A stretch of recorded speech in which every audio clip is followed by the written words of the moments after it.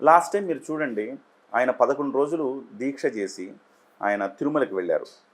దీక్ష చేసి తిరుమలకి వెళ్తే దీక్షకి రకరకాల నియమాలు ఉంటాయి. ప్రియాంక గారు మీకు తెలియంది కాదు. సో ఆయన ఆ దీక్షలో ఆయన పర్టిక్యులర్గా ఇది పాటించాలి, ఇది పాటించాలి, ఇది పాటించాలని అనుకుని ప్రతి దీక్షకి చెప్పులు లేకుండా ఉండాల్సిన అవసరం లేదేమో. అంటే నాకు పూర్తిగా దాని పట్ల అంత డెప్త్ నేను వెళ్ళను. కానీ బహుశా మనం అనుకుంటాం కదా, నేను ఒక దీక్ష మీరు తీసుకుంటున్నారనుకోండి, ఈ దీక్షలో నేను ఇవి పాటిస్తాను.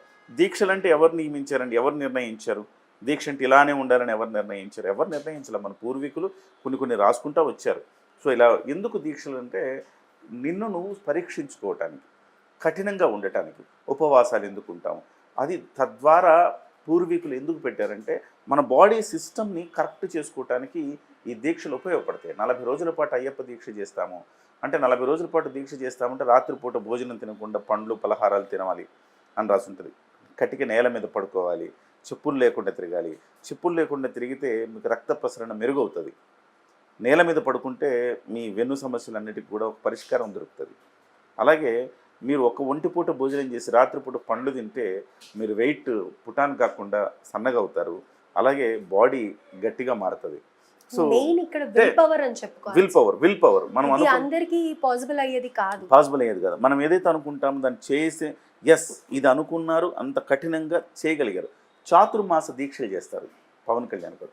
4 నెలల పాటు దీక్ష చేస్తారు.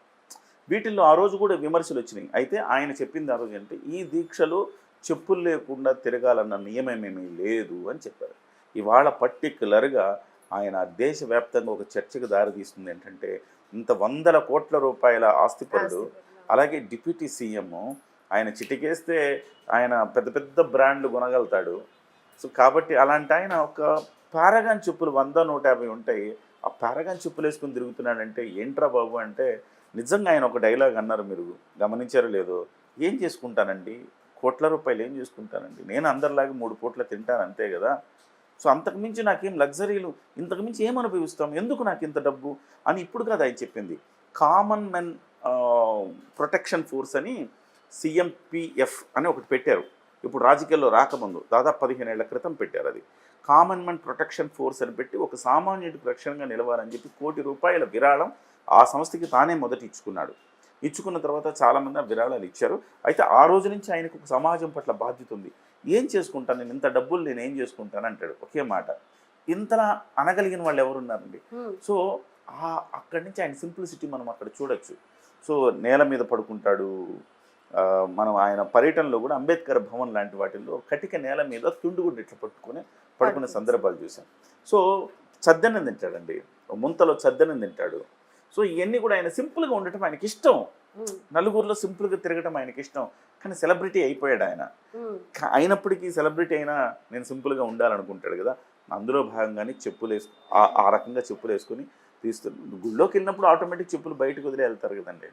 సో ఆ రకంగా చెప్పులు వేసుకుని ఆయన వెళ్తున్నాడు. కానీ దాంట్లో మనం ఆ నియమాలు ఆయనకి ఏమున్నాయో ఆ నియమాల వరకు పాటిస్తున్నాడు. పైగా ఇప్పుడు ఆయన దీక్ష అని చెప్పలేదు. పర్టికులర్గా నేను 6 సుబ్రహ్మణ్యేశ్వర స్వామి కోవెలలు తిరగాలి, ఇది ఆయన నియమం పెట్టుకుంది. కేరళ అండ్ తమిళనాడు ఈ 2 రాష్ట్రాల్లో ఉన్న ప్రఖ్యాతమైన గుళ్ళు, వాటిలో ఒక 6 షట్చక్ర సుబ్రహ్మణ్యేశ్వర స్వామి కోవెల్స్ అనే చెప్తున్నారు. సో 6 గుళ్ళు తిరగాలి అని పెట్టుకున్నారు. సో ఆ కార్యక్రమంలో ఆయన నిమగ్నమై ఉన్నారు. అయితే భక్తి తత్వంతో ఆ బట్టలు రకరకాల రంగుల బట్టలు కాకుండా కాషాయ వస్త్రాలు ధరించి, పసుపు వస్త్రాలు ధరించి, పారగాన్ చెప్పులు వేసుకొని సాధారణమైన వ్యక్తిలాగా, ఒక మౌన మునిలాగా ఆ రకంగా ఆయన వెళుతూ ఉంటే ఒక దైవత్వం కనబడుతుంది ఆయనలో కూడా.